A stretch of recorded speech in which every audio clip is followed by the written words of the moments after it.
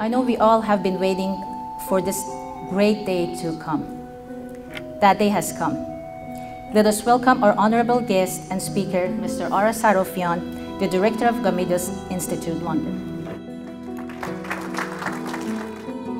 Thank you very much for that welcome and warmth. I'm not used to this kind of treatment, so I think I'll come back again if you ask me. I'd like to thank this Seyfo Center and the Assyrian Americans of Southern California for making this meeting possible. And one of the key themes that always comes up with Assyrians is always why is it that Armenian authors or Armenian lobbyists, Armenian historians don't recognize the Assyrian genocide? I mean, you see these books, and why isn't it a prominent issue?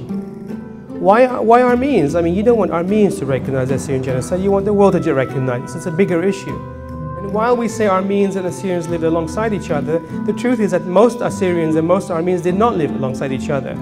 This is a major difference. 90 to 95% of Armenians did not live alongside Assyrians, and where Armenians live, few Assyrians live, but they were interspaced, places like Harput and Malatya. The whole question of deportation keeps coming up, that Armenians were supposedly to be deported in 1915, and it's during these deportations that they were murdered.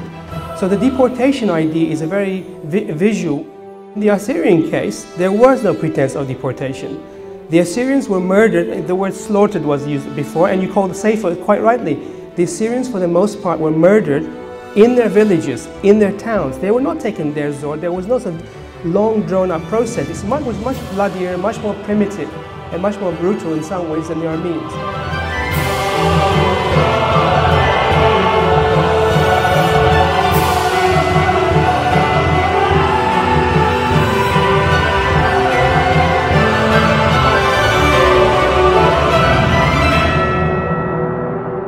If a Turk offered my grandmother's land back to me, I would say, I appreciate sentiment and I'd like you to keep it, right? I think that would be a nice gesture too. We don't mean you harm in resolving these problems. We can resolve these issues without harming people. And that might in some ways I think is the right balance and right attitude. It's not about revenge. I personally would not accept blood money. I think you're letting them off free. If they said, how much is your grandfather worth to you? $50,000? Would you accept that? They believe the government, but if you talk to them on a one-to-one basis, you can win them over. And the idea is to win them over. You know, it's entirely up to us. And that's where the solution lies. And the youngsters, you can win them over.